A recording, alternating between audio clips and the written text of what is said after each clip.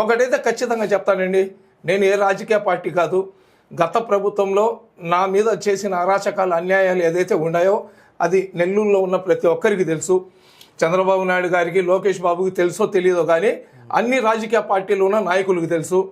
నేను ముస్లిం సామాజిక వర్గానికి చెందిన వ్యక్తి కాబట్టి నన్ను కరేపాకులాగా పక్కన పెట్టేశారు. కానీ నేను ఒక రెడ్డినో, చౌదరినో లేదా ఒక కాపు సోదరుడు కానీ ఉంటే రాష్ట్ర వ్యాప్తంగా వైఎస్ఆర్సీపీ పార్టీ పీడీ యాక్ట్లో పెట్టింది, ఇతని మీద అటెంప్ట్ అక్రమ కేసులు పెట్టారని చెప్పి నాకు ఆకాశానికి ఎత్తేవాళ్ళు. నాకు ఆకాశానికి ఎత్తాల్సిన అవసరం లేదు.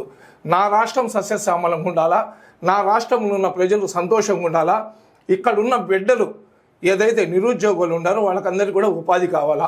చంద్రబాబు నాయుడు గారు కానివ్వండి, లోకేష్ బాబు గారు కానివ్వండి, వాళ్ళిద్దరు కూడా మంచి విజనరీస్. నేను ఇప్పుడు దాకా చూసిన రాజకీయ నాయకుల్లో ఏదైతే లోకేష్ బాబు ఉన్నాడు కదా, అతనిలో ఉన్న కసి, రాష్ట్రానికి అభివృద్ధి చేయాలా, నా రాష్ట్రం సస్యశ్యామలంగా ఉండాలా, నా రాష్ట్రాన్ని భారతదేశమే కాదు ప్రపంచ దేశాలు కూడా నా రాష్ట్రాన్ని గుర్తించాలా, ఆ రాష్ట్రాన్ని తెలుగు రాష్ట్రం ఇంత అభివృద్ధి చెందిందని చెప్తే ఆ మాటలు విని నేను పొంగి పొల్లిపోవాలనే ఆలోచన, ఆ కసి లోకేష్ బాబులో కనబడుతుంది. ఎందుకంటే వాళ్ళ తండ్రి చిన్న వ్యక్తి కాదు, చంద్రబాబు నాయుడు మహామేధావి.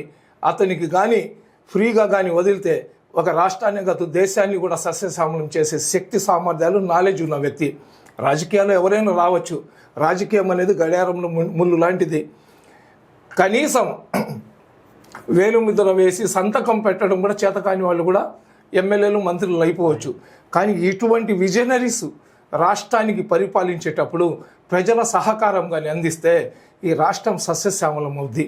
అటువంటి ఏదైతే క్వాలిటీస్ ఉన్నాయో, ఈ రాష్ట్రాన్ని మార్చగల క్వాలిటీస్, మార్చగల క్యాపబిలిటీ ఉన్న వ్యక్తుల్లో నా దృష్టిలో అయితే లోకేష్ బాబు మొదటి వ్యక్తిలా కనబడుతున్నాడు.